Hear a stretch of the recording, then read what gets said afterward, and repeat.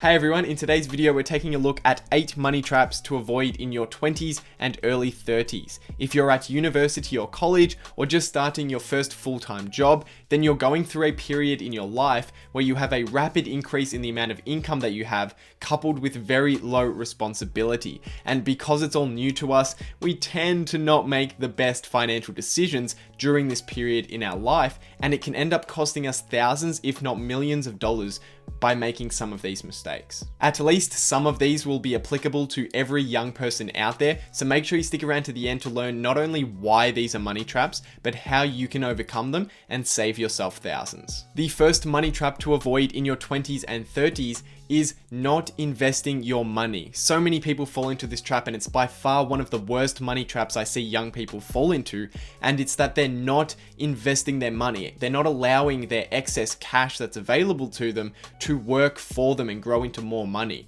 And it's as simple as putting aside $100 per month. If you put $100 per month aside and you can get an average market return, which is very easy to do, I'll explain it in just a second, then you can build yourself a portfolio of $1 to $2 million by the time you get to retirement. And you won't even notice that you have $100 less per month. You won't notice it, it'll become an automatic, and it can literally be the difference between a stress-free retirement and a retirement where you're dependent on the government or other people such as your family. So how can you overcome this? Well, just start putting aside money regularly for investing, even if it's a very small amount, like $100 per month. And then what you want to do is you want to take that money as it builds up and invest it into a market tracking index, such as the Vanguard Australian Shares Index, which tracks the top 300 companies in Australia and is likely going to go up at somewhere between 6 and 10% over the very long term. Number 2 on the list of money traps today is doing speculative investing. Now this is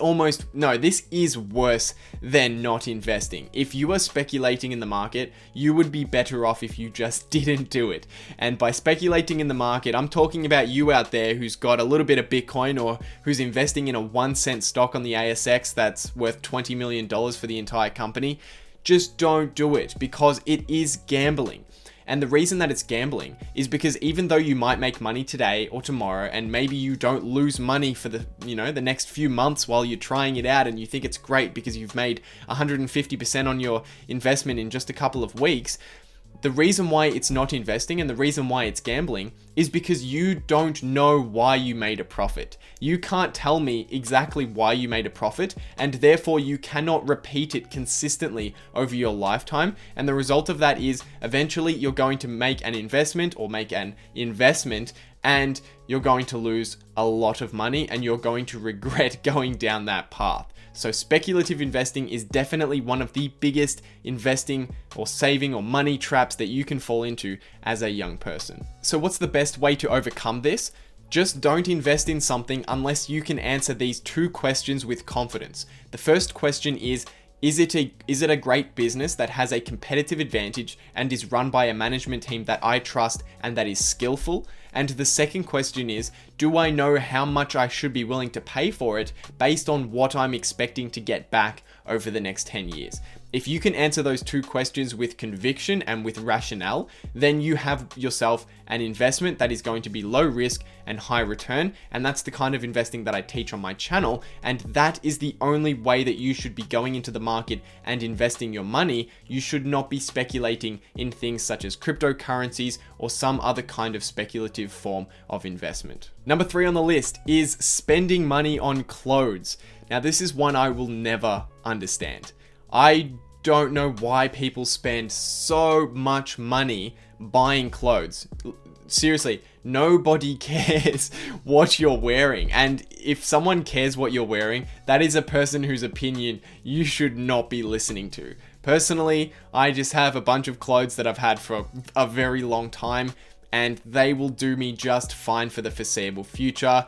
There's really no reason why you need to consistently go out and spend more money buying new clothes that you're going to not be wearing if you're a constant spender, that you're not going to be wearing in a couple of months. Why would you do that? And think of it this way. Let's go back to the investing example. Instead of buying 2 t-shirts a month, put that $100 into an index fund. Do you want 2 t-shirts a month, or do you want a $1 to $2 million portfolio for your retirement? So that's the difference. That's the choice that you've got to make. And this is another money trap that many people fall into. The next one here is buying an expensive car, and this is pretty similar to the last one. I don't understand why anyone who's a young person who really doesn't have that much money, isn't making that much money, would go out and buy an expensive car. Again, no one cares about your expensive car. And the people who do care, again, their opinion is just not... It doesn't matter. If people who care about or think that, or sort of, value your worth based on an expensive car are the kinds of people who just feel insecure about themselves and probably make very little money. They're probably not wealthy at all. And they probably spend all of their money, if not taking on debt, in order to buy a fancy car just to impress people. And don't listen to those people. It doesn't matter. Buy a very cheap car that just runs itself. And if you want to buy an expensive car when you have too much money that you don't know what to do with it. In that case, not only will you buy the expensive car and it'll be nice, but you'll feel good about yourself because you wouldn't have taken out a mortgage in order to get that car just to impress people. The next money trap we've got here is fearing the stock market. And this is a big one. A lot of people not only don't invest, but the reason that they don't invest is because they're just scared of the market. They see it going up and down all day long and day to day, and they see that, there's something on the news happens, like tariffs or something they have no idea what is. They have no understanding of what a tariff is, and then the stock market goes down 5% and they think there's no way I could play this game. And I completely understand why you would feel that way if you have no idea what the stock market is. But really, you don't have to worry about the day-to-day movements of the stock market. No one understands it. I don't try and understand it. If someone tells you they understand how to predict the movements day-to-day of a stock market, they're lying to you. No one can do it consistently over the long term. But what we can do is we just keep adding and keep adding. And if you look at the stock market over any extended period of time, 10, 20, 30, 40, 50 years, the market goes up. And that's because businesses innovate and they become more profitable over the very long term. And this usually happens at a rate of somewhere between 8 and 10% per year. So if you just invest in a broad market index, something that tracks all of the companies in an economy, such as the US or Australian economy, then you can be very confident that over the long term, if you consistently add to it, you're going to make somewhere between 8 and 10% per year. And that is something that you should definitely not fear. And the easy way to overcome it is to just start investing. Number 6 of money traps to avoid in your 20s and 30s is credit card debt. This is another one that I just do not understand people's mindset. How can you go out and buy something that you don't have the money for? I understand having a credit card if you want to build a credit score or you want to get points and you're using the credit card in the normal spending that you would have used anyway, and that you have the money in your account. That is something completely different. But that is something that most young people can't do responsibly. So for most people, the best advice is just to not get a credit card and don't do it, because there's no reason why you need to be going out and buying things that you can't afford. And it's like an addiction. It starts off where you buy something and then you pay it off when your income comes in the next week. So you're just buying slightly ahead. But before you know it, you've got 3-4 months behind and you're just waiting for your paycheck to come in so that you can reduce that interest payment. And having a credit card is like reverse investing. It's like taking a negative 20 to 25% return that compounds every day. They calculate interest on credit cards every day. Or they do, at least for some credit cards. So your money is compounding downward at a really, really rapid rate. So if you have credit card debt, just pay it off before you start investing. Get rid of it. If you pay off credit card debt, it's basically like earning yourself a 20% return because you're no longer foregoing that 20% return.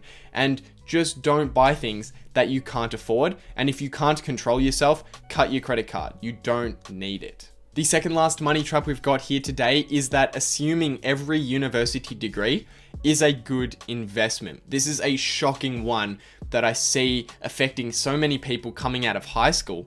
They come out of high school and their mindset, I don't know where this mindset comes from. Maybe it's partly school, maybe it's partly family, maybe it's partly online, but they have this mindset that if they just go to university and get any degree, that degree is going to ensure that they get a job and that they make an above average income. And that is just completely false. That's just not, it's not how the world works. If you want to make an above average income, you need to provide above average value. And that value isn't going to come from a piece of paper. There's many circumstances where that piece of paper shows that you have no extra value above someone who doesn't have it. And I'm going to pick on the art students for a second here. But if you have an arts degree in a particular field, honestly, that doesn't show me that you have any more value than another person who is just an expert in that field, someone who's worked in that field. And it's a fundamental flaw in the understanding of people coming out of high school, because that piece of paper is going to cost you between $30,000 and $50,000 in Australia. And I know in the US, that piece of paper costs a hell of a lot more, especially if you go to one of the best private universities or colleges. And that piece of paper is costing you a lot of money. And think about how much you could develop your skills in that field if you just put that money into doing it on your own time and concentrating your time on the areas that you're interested in. In the past, getting a degree gave you something that no one else had, because not many people went to university. But these days in Australia, almost everyone coming out of high school, not everyone, but a significant proportion of people coming out of high school are going to university and getting a degree because it's so easy. You don't even have to pay anything up front, and it's very easy to go through university and pass. So everyone is coming out with a degree, which means that you don't stand out by just having that piece of paper. And for me personally, I just said, I'm not going to go down this road. I'm not going to pay this university more money just to put me on the same level playing field as someone else. Instead, I'm going to go on my own and I'm going to develop my own skills. And I can tell you what, I've learned a hell of a lot more in my own time and working on my own with my own discipline than I have at university, and that I would have got out of value from that university degree. And that brings us to the final money trap that people in their 20s and 30s fall into, and that is not investing in yourself.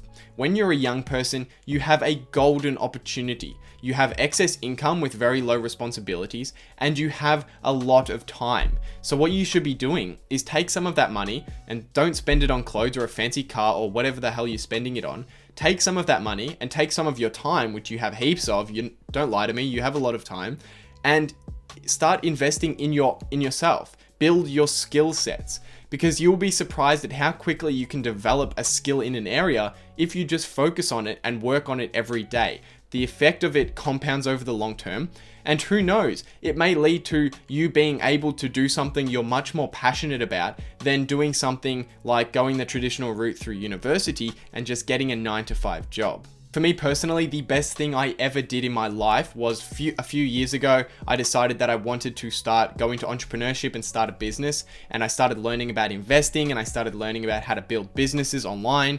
And those investments that I made in myself early on have made huge returns, much higher returns that I've seen in the stock market. Even though I've made pretty good returns in the stock market, the returns that I've made on my investments in terms of reading books and online courses, or just business expenses that I had to funnel into my business to get it up and running, the returns I've seen on those are significantly higher than anything I could possibly expect to see in the stock market. So invest in yourself while you have the time and the money, and it could lead to a career that you really love. So thanks everyone for watching. If you did enjoy it, please hit subscribe and join the team, and hit that notification bell so you don't miss out on any of the future notifications. But for now guys, I'll see you in the next video.